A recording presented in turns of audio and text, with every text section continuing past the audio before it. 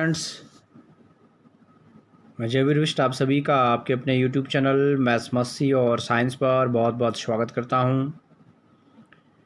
Friends, आज हम शुरू करेंगे अपना नया अध्याय 5 यूक्लिड की ज्यामिति का परिचय।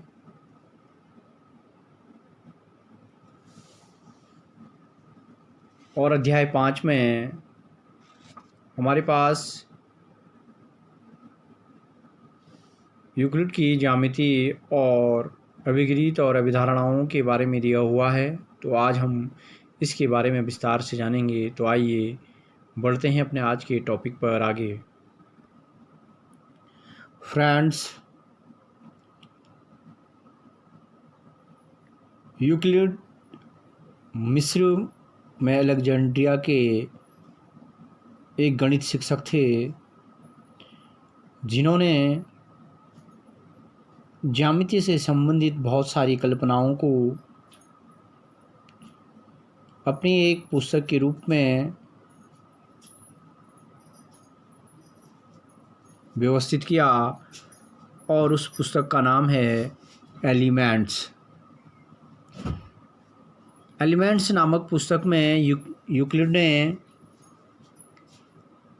पूरी पुस्तक को 13 अध्यायों में विभाजित किया है और विभिन्न प्रकार की परिभाषाओं को जो कि हमें ज्यामिति से संबंधित हैं इसमें लिखा है, और साथ ही साथ अभिधारणाओं और कुछ अभिगृहीतों को भी यूक्लिड ने अपनी इस पुस्तक में लिखा हुआ है। और हमारे पास इस अध्याय में यूक्लिड की 7 अभिगृहीतों के बारे में पढ़ना है और 5 अभिधारणाओं को जानना है, समझना है, जो हमारे लिए ज्यामितीय रचनाओं के लिए बहुत ही महत्वपूर्ण हैं। तो आइए अब आगे बढ़ते हैं यूक्लिड के अभिगृहीतों पर।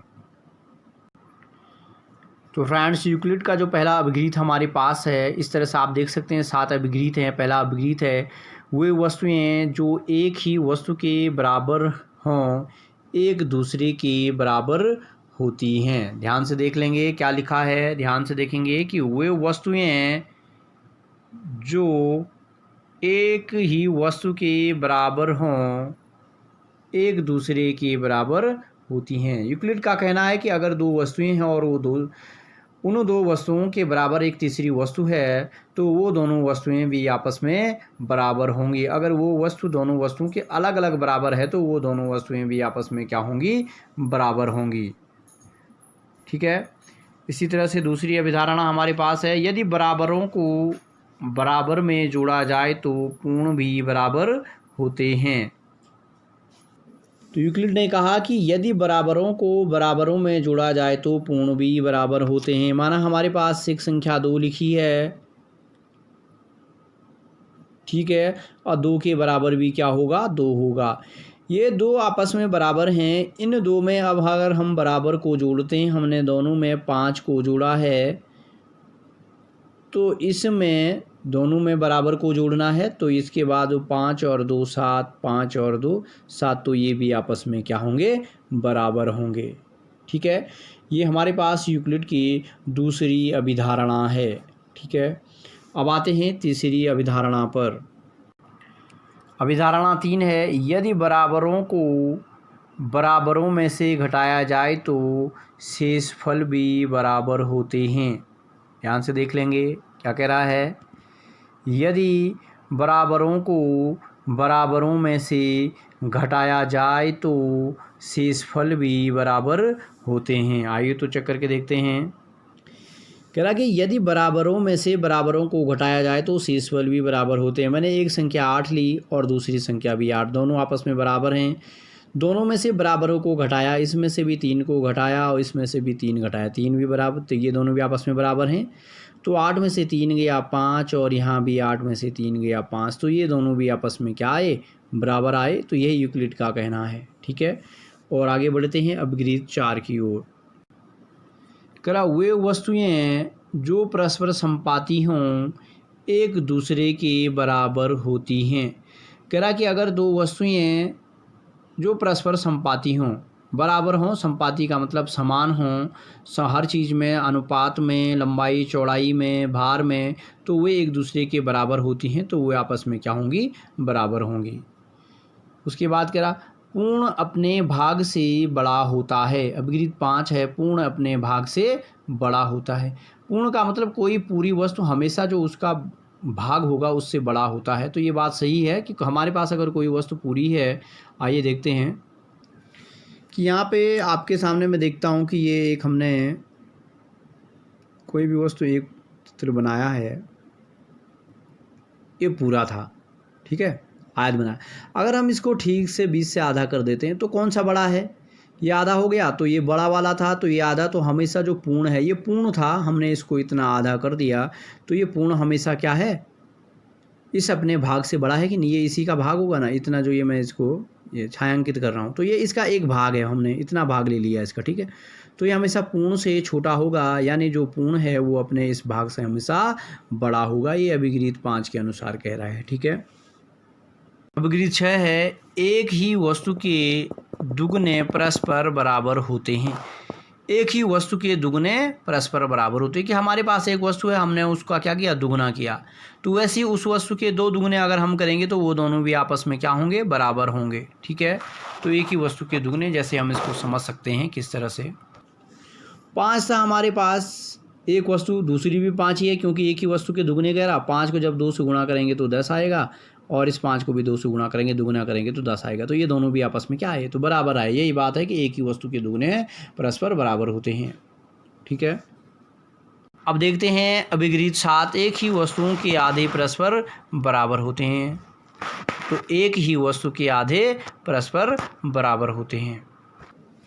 तो एक ही वस्तु की बात कर रहा, हमारे पास 8 है, एक ही वस्तु है, ये 8 है, 2 बार ले लिया हमने, 8 का आधा 4, यहाँ भी 8 का आधा 4, तो ये क्या है, ये भी आपस में क्या हैं, बराबर हैं, क्योंकि एक ही वस्तु के आधे परस्पर बराबर होते हैं, तो ये भी आपस में परस्पर क्या आ गए, बराबर आ गए, ठीक है फ्रेंड्स। अब बढ़ते हैं हम यूक्लिड की अभिधारणाओं की ओर, यूक्लिड की अभिधारणाओं की ओर। तो यूक्लिड की पहली अभिधारणा है कि एक बिंदु से अन्य बिंदु तक एक सीधी रेखा खींची जा सकती है। एक बिंदु से एक अन्य बिंदु तक, एक बिंदु हमारे पास ये है और एक अन्य बिंदु ये है, तो कह रहा कि इन दोनों बिंदुओं को अगर हम इस तरह से मिलाते हैं तो ये हमारे पास एक सीधी रेखा बन जाती है, ठीक है, एक सीधी रेखा खींची जा सकती है, समझ गए फ्रेंड्स। तो इस तरह से हम कोई भी 2 बिंदु हो, एक बिंदु से एक अन्य बिंदु तक, यानी 2 बिंदुओं की बात कर रहे हैं कि किन्हीं भी 2 बिंदुओं को अगर हम मिलाते हैं तो एक सीधी रेखा का हम क्या कर सकते हैं, निर्माण कर सकते हैं, एक सीधी रेखा खींची जा सकती है, ठीक है। ये तो ये सीधी रेखा हो गई इस प्रकार से। तो दूसरी अभिधारणा की ओर बढ़ते हैं।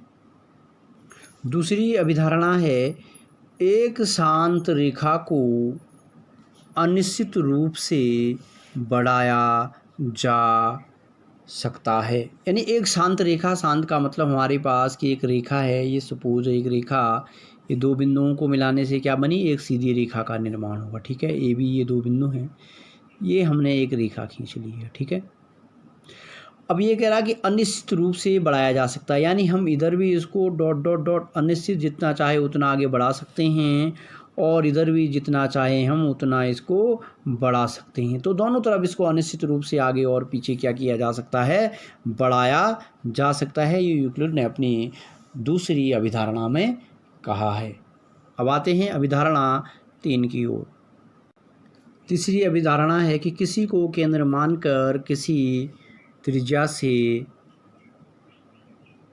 वृत्त खींचा जा सकता है, यानी हम केंद्र मान लेते हैं, वृत्त सभी ने बनाया है, जो बीच वाला बिंदु होता है उसको हम क्या कहते हैं, केंद्र कहते हैं। तो इस वृत्त के किसी त्रिज्या को लेकर कि किसी भी एक दूरी को लेकर हम इसके चारों ओर क्या कर सकते हैं, इस तरह से एक वृत्त का निर्माण कर सकते हैं, ठीक है। इसके चारों ओर एक वृत्त बनाया जा सकता है, तो इस त्रिज्या को लेकर ये हमारा उसका क्या हो जाएगा, केंद्र हो जाएगा, ठीक है। तो ये हमें जो है तीसरी अभिधारणा में कहा गया है। और चौथी अभिधारणा है हमारे पास कि सभी समकोण एक दूसरे के बराबर होते हैं। तो सभी समकोण एक दूसरे के बराबर होते हैं। समकोणों की बात की जा रही है, दूसरे के बराबर होते हैं। तो समकोण सभी लोग समझते होंगे, जो लोग नहीं समझते, समकोण का मतलब होता है राइट एंगल, यानी समकोण का मतलब है 90 अंश। तो जितने भी 90 अंश के कोण हैं तो सभी आप एक दूसरे के क्या होंगे, बराबर हैं, क्योंकि 90 अंश का मतलब समकोण, समकोण अगर हैं तो वो आपस में क्या होंगे, बराबर होंगे ही होंगे। और 5वीं अभिधारणा है कि यदि एक सीधी रेखा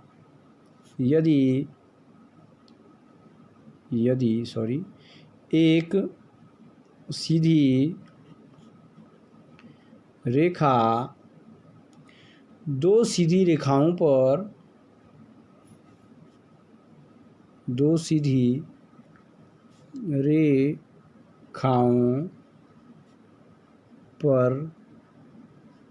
गिरकर अपने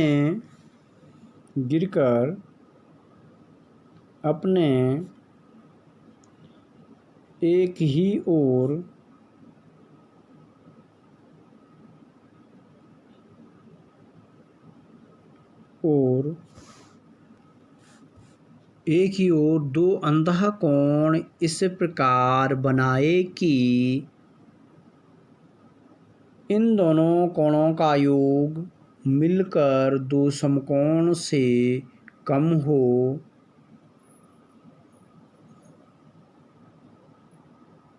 तो वे दोनों सीधी रेखाएं अनिश्चित रूप से बढ़ाए जाने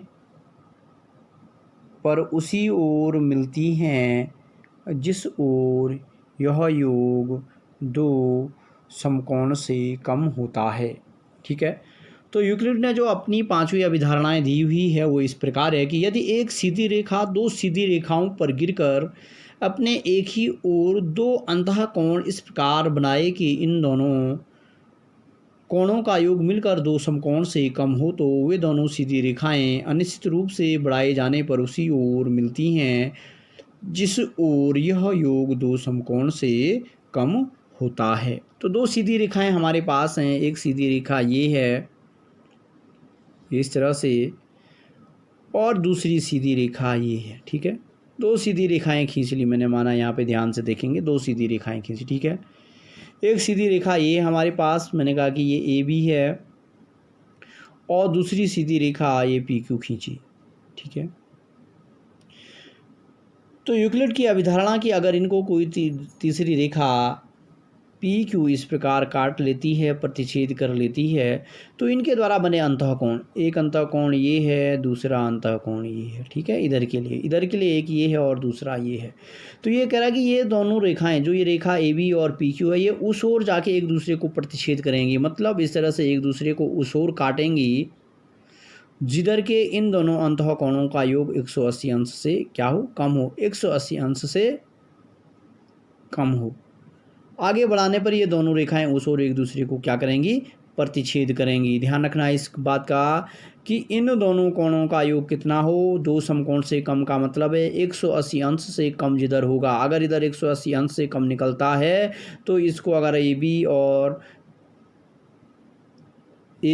पी क्यू और इसको हम आर एस लिख लेंगे, तो ए बी और पी क्यू एक दूसरे को उसी ओर प्रतिच्छेद करेंगी जिस ओर इन दोनों कोणों का योग 180 अंश से कम हो। इधर अगर 180 अंश से अधिक है तो इधर आगे बढ़ने पर ये क्या हो जाएंगी, फैलती चली जाएंगी, एक दूसरे से दूर हो जाएंगी, और इधर अगर 180 अंश से कम है तो इधर जाके एक दूसरे से मिलने लग जाएंगी। ठीक है, तो इस तरह से यूक्लिड की अभिधारणाओं और अभिगृहितों को हमने जाना है। और जिन लोगों ने अभी तक चैनल को सब्सक्राइब नहीं किया है, फ्रेंड्स वे लोग चैनल को भी सब्सक्राइब कर लेंगे। और वीडियो में अंत तक मेरे साथ बने रहने के लिए धन्यवाद।